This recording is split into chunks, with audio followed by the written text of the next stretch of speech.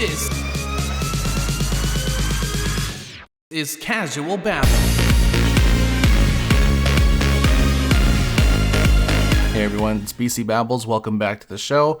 For those of you who are new, my name is BC Babbles. I am the host and creator of this show, Casual Babble. Casual Babble is a show where we delve into the culture of the young professional and the entrepreneur, looking to cultivate conversations about topics that you find quintessential, useful to your journey in innovation and in building your career. Now tonight, I really wanted to talk about something I mentioned for school recently. I'm currently pursuing my master's degree in digital marketing, but I really realized that it'd be quite the convo to have regarding anyone out there who's looking to build or own or manage a service-based business. And so this is going to be the story about how I attracted, with no cost out of pocket, a $50,000 client. So if that's something you're interested in, be sure to stick around and make sure you hit this. If you're on YouTube, hit the subscribe button, hit the notification bell. That way you don't miss out on future stories like this. And if you want to learn more about the podcast, check out casualbabble.com. If you want to follow me, check out my linktree /BC Babbles, and check out all my stuff. So, a $50,000 client, right? So for those of you who don't know, I run my own business. It's called Cassiano Creative. It's currently a solopreneurship, and by solopreneurship, for those who've not heard the term, it basically means that I'm the only one who works for the company. I'm the only one who is associated with the company.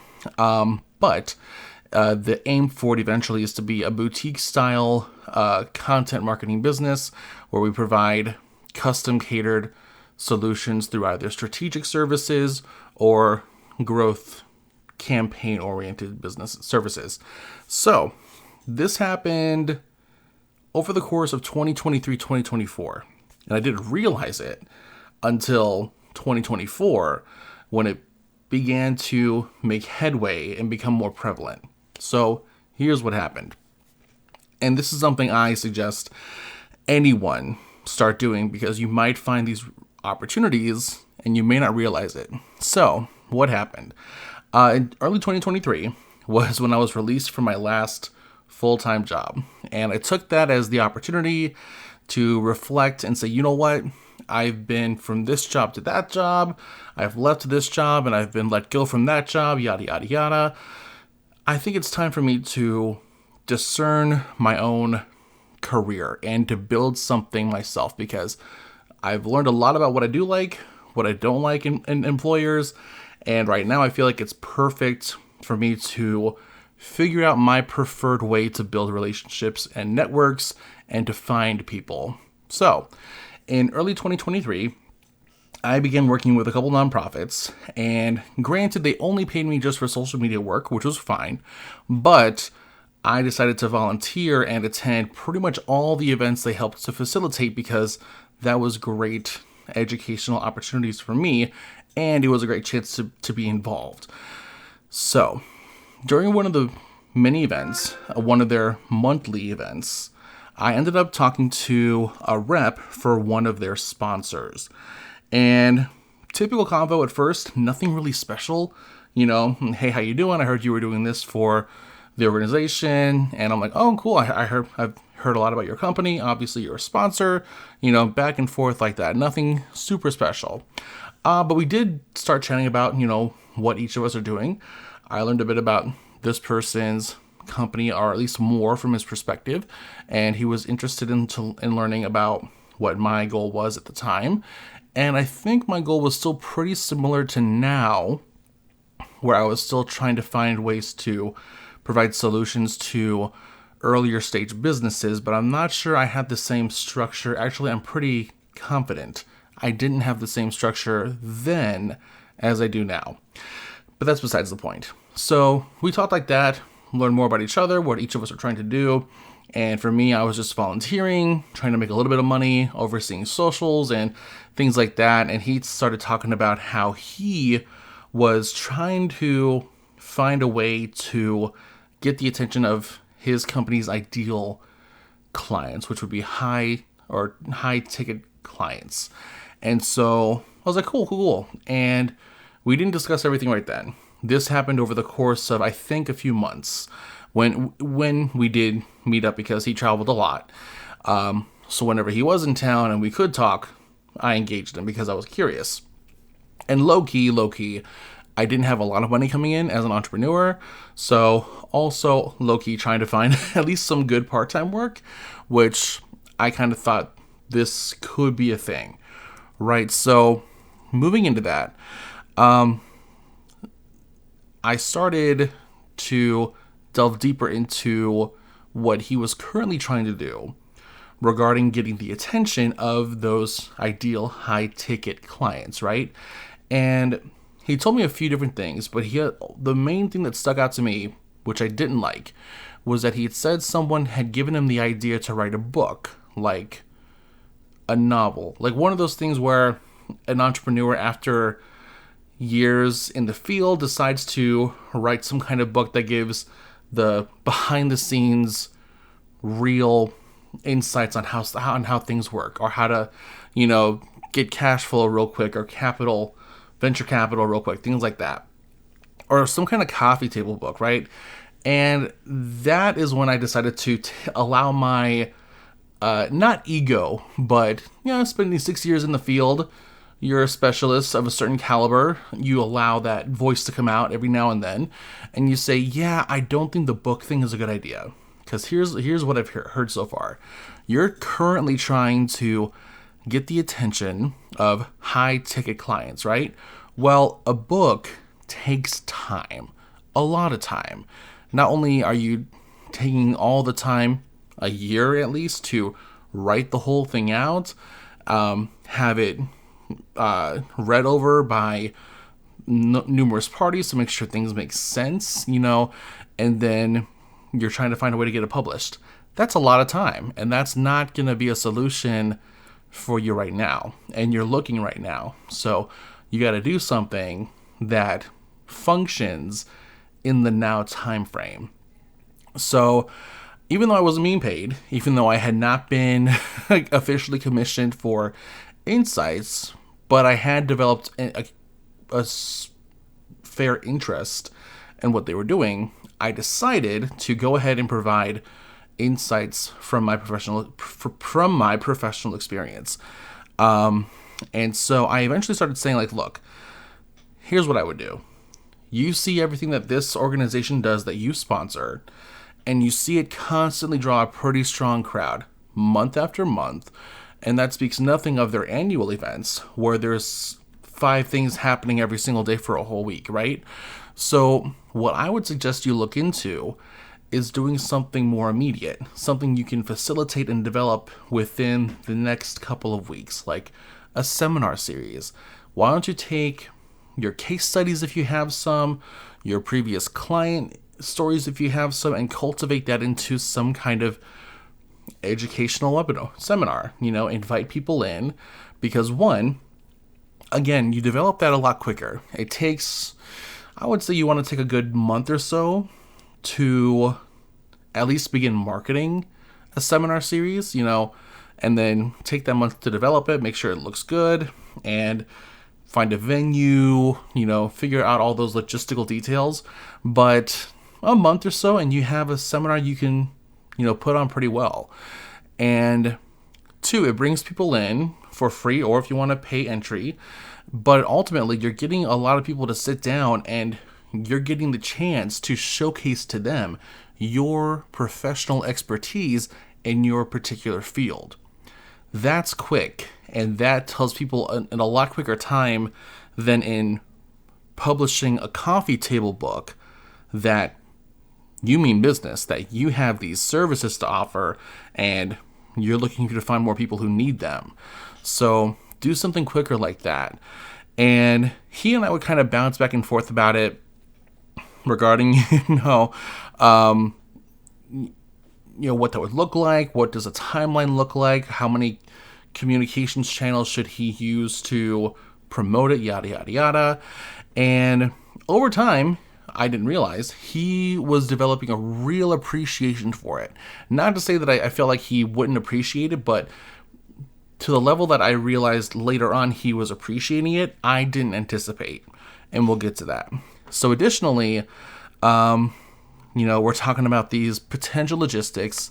And again, I'm trying to talk him down from this book idea because, again, this is something you want to do after you've acquired and been done with your high ticket clients. Because right now, if you're still kind of aiming for that goal, what will your book talk about? Like, sure, you can talk about the same things you could more quickly talk about in a webinar or seminar, but what, top tier success has your business gone through that you would mention in the book, from which you would fill up a book with contents on insights and processes and, how to map goals and here and there.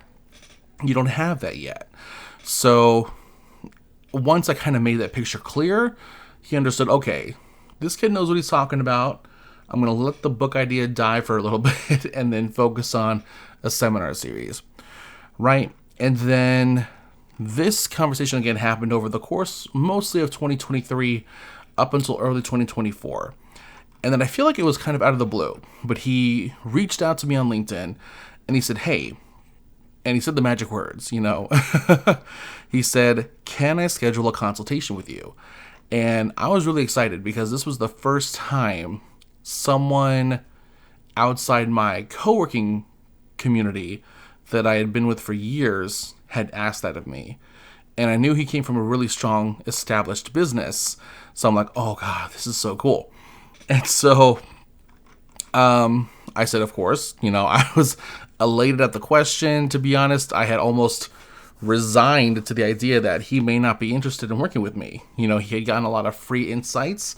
Maybe he had figured out how to put together the perfect campaign for a seminar series or other things that could, get him to those high ticket clients earlier than the book can.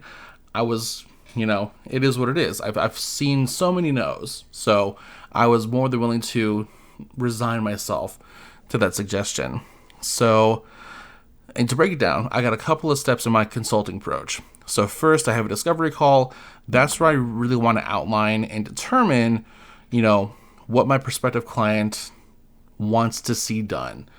So for me, I don't like to really move into evaluating anything until I understand what it is they want to see come out of it. What change are they looking for? What stagnation have they noticed? What plateau have they noticed? And what exactly do they want to change? So first things first, it's that discovery call, right?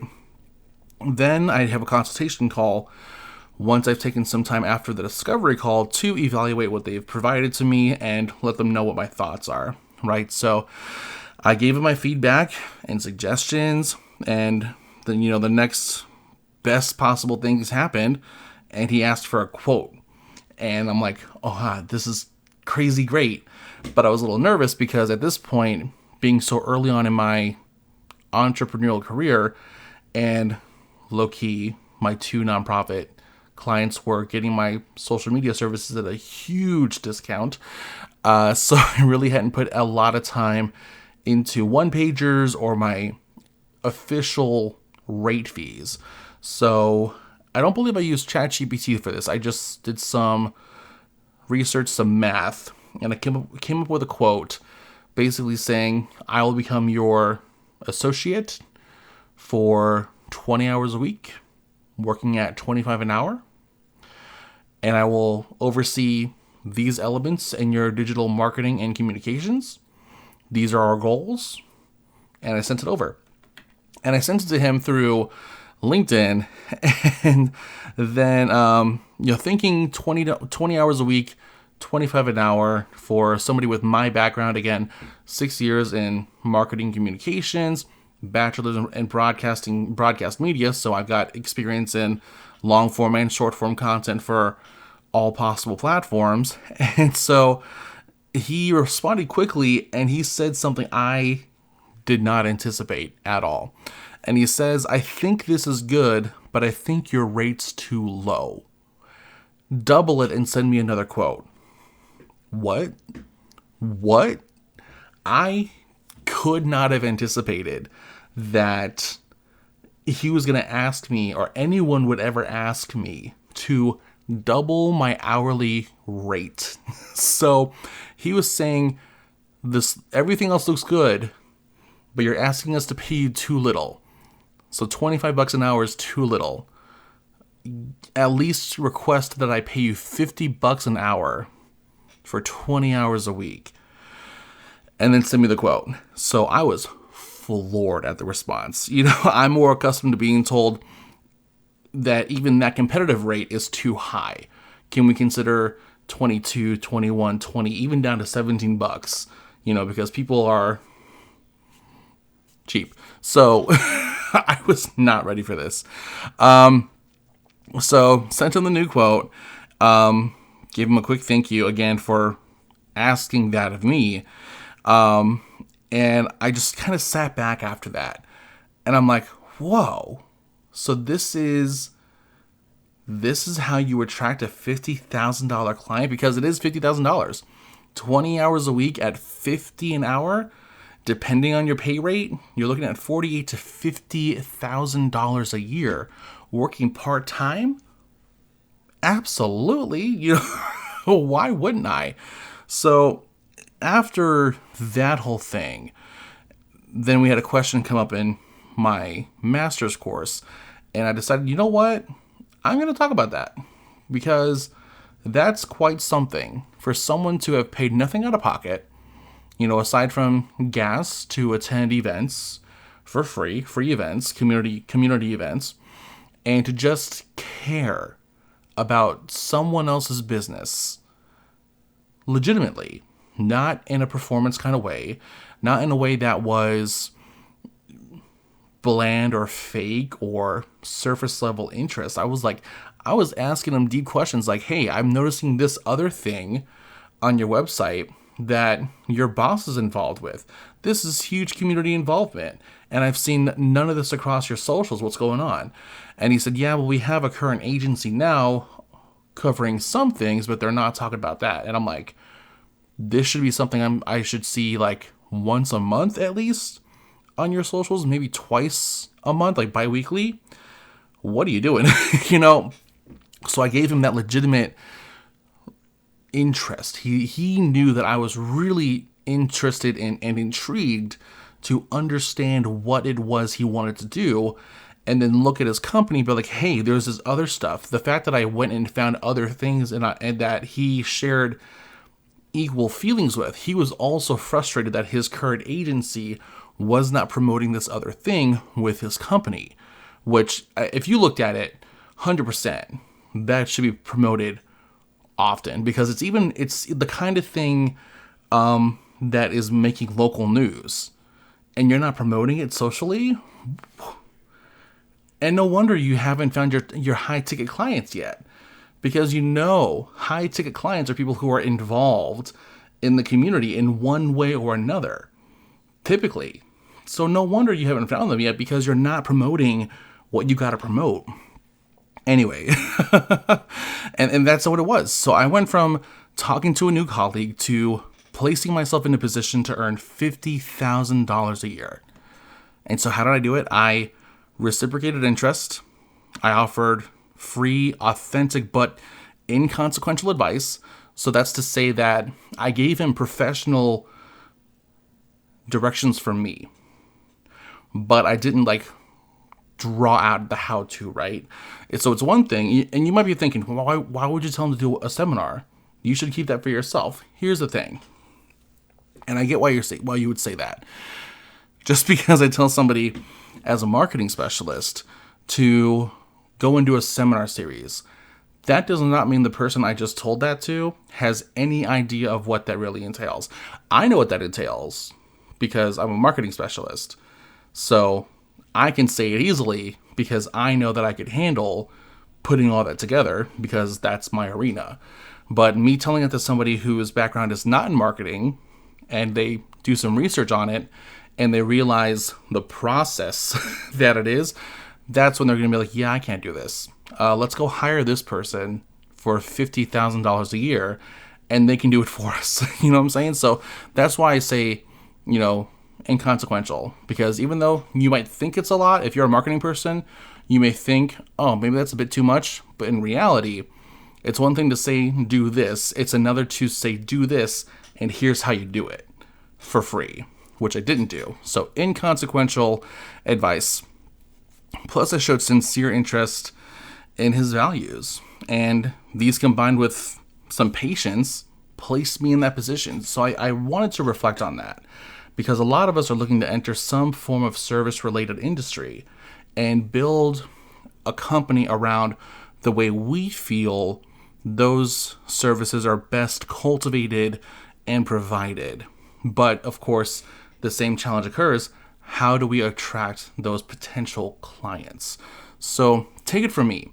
I think legitimately this is probably one of the best ways to attract a good client, is to take an educational or networking opportunity, find someone that your services can have some kind of potential with, and get to know them.